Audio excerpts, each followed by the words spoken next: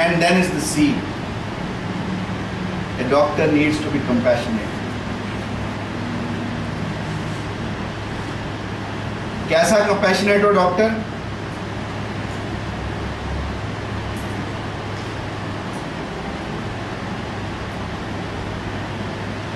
जैसा रंजीत सिंह थे, राजा रंजीत सिंह, बच्चे पेड़ से फल तोड़ रहे थे, एक पत्थर आके रंजीत सिंह की आंख पर लगा, आंख से खून निकल रहा है, मंत्री बच्चों को पकड़ लाया, मंत्री ने कहा इन बच्चों को क्या दंड दिया जाए, तो राजा रंजीत सिंह ने कहा कि अगर ये पेड़, जो कि एक निर्जीव चीज़ है, वैसे तो सजीव है बट निर्जीव है, जो उसको पत्थर मारे तो इन्हें फल मिले, और रंजीत सिंह को पत्थर मारे तो रंजीत सिंह दंड दे, ऐसा हो नहीं सकता। इसलिए रंजीत सिंह ने कहा इन्हें क्षमा कर दिया। ऐसा कंपैशन डॉक्टर के अंदर होना चाहिए, और डॉक्टर का कैलिबर भी बड़ा जबरदस्त होना चाहिए। कैलिबर कैसा हो? जैसा संत ज्ञानेश्वर का अभी डॉक्टर लीना जी ने भजन सुनाया हो। संत ज्ञानेश्वर जैसा कैलिबर का इंसान दुनिया में देखने को नहीं मिल सकता, जिसने 13 वर्ष की आयु में ज्ञानेश्वरी लिखी। और यदि आप ज्ञानेश्वरी पढ़ो, आप लोगों ने कृष्ण की गीता पढ़ी है, यदि आप ज्ञानेश्वरी पढ़ोगे तो कृष्ण की गीता शायद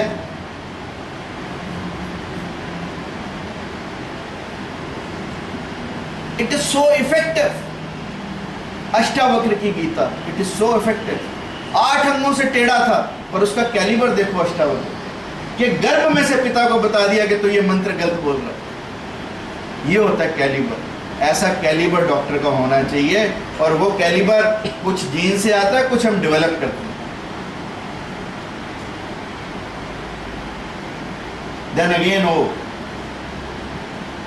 a doctor needs to be optimistic. Hope should not end. We have to alight the candle of hope. अगर मरीज आया, आते ही कह दिया तू तो मर गया, तो पहले ही बेचारा आधा मरा।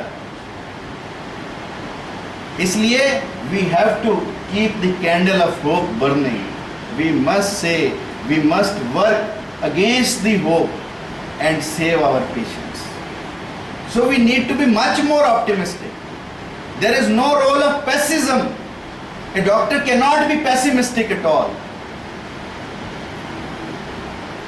अगर मैं ही रोंदी धोंदी शक्ल बना के बैठूंगा तो मेरा मरीज तो वैसे ही रोता है। इसलिए I need to be optimistic. I need to have hope, and as well as hope for the patient, because it is said hope sustains life, and the moment we leave hope, the life goes. Karl Marx ने कहा कि अगर इस दुनिया से झूठ को खत्म कर दो तो लोग खत्म हो जाएं, इस दुनिया से स्वप्नों को खत्म कर दो तो लोग खत्म हो जाएं, लोग जिंदा ही ना रहे।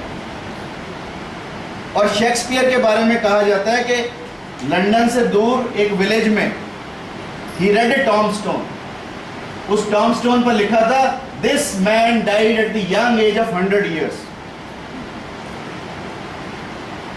शेक्सपियर को लगा कि इसका मतलब इस गांव में 100 साल की उम्र को भी जवान समझा जाता है।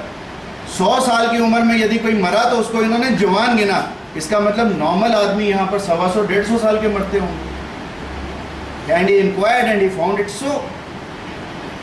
उसके बाद शेक्सपियर ने लंदन छोड़ा और उस छोटे से सिटी में आके रहने लगे। And believe me, Shakespeare lived up to the age of 100 years। That is the hope, and that is what hope can do to you. जिस व्यक्ति के अंदर इच्छा शक्ति बचती है वही व्यक्ति जिए। भीष्म पितामह के बारे में देखो, भीष्म पितामह ने उत्तरायण में अपने प्राण छोड़ने थे, इच्छा मृत्यु का वरदान था, दृढ़ शक्ति थी अपने अंदर, अपने प्राणों को रोके रखा जब तक सूर्य उत्तरायण में नहीं है। That is hope can, what hope can do to you. So we must have hope in everything. So therefore we need to be optimistic. And last is R. We need to be responsible. A doctor cannot run away from the responsibility. तनख्वाह मिले ना मिले, रोटी मिले ना मिले, a doctor has to work. The show must go on. That kind of a responsibility we need to have, and it is not truthful for doctors, for everyone. All these terminologies, all these words, all these explanations are important for each and every one of us. And in the end, a doctor must not and say that I have done it. He must thank God. He must have hope in God. He must have faith in God. He must have belief in God. कि जो किया परमात्मा तूने किया, मैं तो एक माध्यम हूँ तेरा, मैं करने वाला नहीं हूँ, मैं एक माध्यम हूँ तेरा, मेरे थ्रू तूने करवाया इसलिए तेरा धन्यवाद। करवा तो किसी और के थ्रू भी सकता था, किसी और को भी डॉक्टर बना सकता था मेरी जगह, पर तूने मुझे माध्यम चुना इसलिए तेरा धन्यवाद। तेरा तुझको अर्पण की भावना जिस दिन हमारे अंदर पैदा होगी उस दिन हमारा जीवन बदलने लगेगा। और जिन लोगों ने परमात्मा के लिए किया उन्हीं लोगों ने इस जीवन में अनछुई चीजों को छुआ। हरिदास तानसेन के गुरु थे। तानसेन को हम सब जानते हैं। तानसेन अकबर के दरबार में गाते थे और तानसेन से अच्छा गायक शायद हमने सुना ही ना हो। तो एक दिन अकबर के मन में जिज्ञासा हुई कि तानसेन इतना अच्छा गाता है तो इसका गुरु कितना अच्छा गाता होगा। अकबर ने तानसेन को कहा कि तू चल मुझे अपने गुरु से मिलवा। और जब अकबर ने हरिदास को गाते सुना तो उसको तानसेन बिल्कुल फीका फीका लगने लगा। तो अकबर ने प्रश्न किया कि तुम्हारे गुरु तो इतना अच्छा गाते हैं और तुम कैसा फीका फीका गाते हो। तो तानसेन ने जो जवाब दिया वो सबके लिए सुनने लायक है और मनन करने लायक है और चिंतन करने लायक है।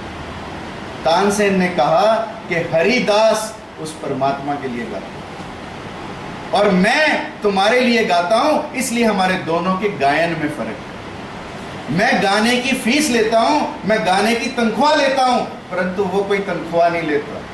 और कहते हैं हरिदास जब कोई भी राग गाते थे तो उस राग में जो कुछ लिखा वही होने लगता था।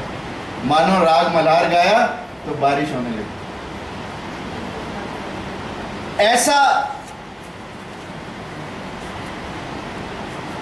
सृष्टि में बदलाव आने लगता है जब हमारी दृष्टि में बदलाव आने लगता है, जब हमारी सोच बदलने लगती है, जब हम ये सोचने लगते हैं कि जो करवाने वाला है वो परमात्मा है। उस दिन जो हमारे कर्म है उनमें भी बदलाव आने लगता है। उस दिन हम गुड से ग्रेट ऑटोमेटिकली होने लगते हैं। ये बात मेरी मान लेना। Thank you very much.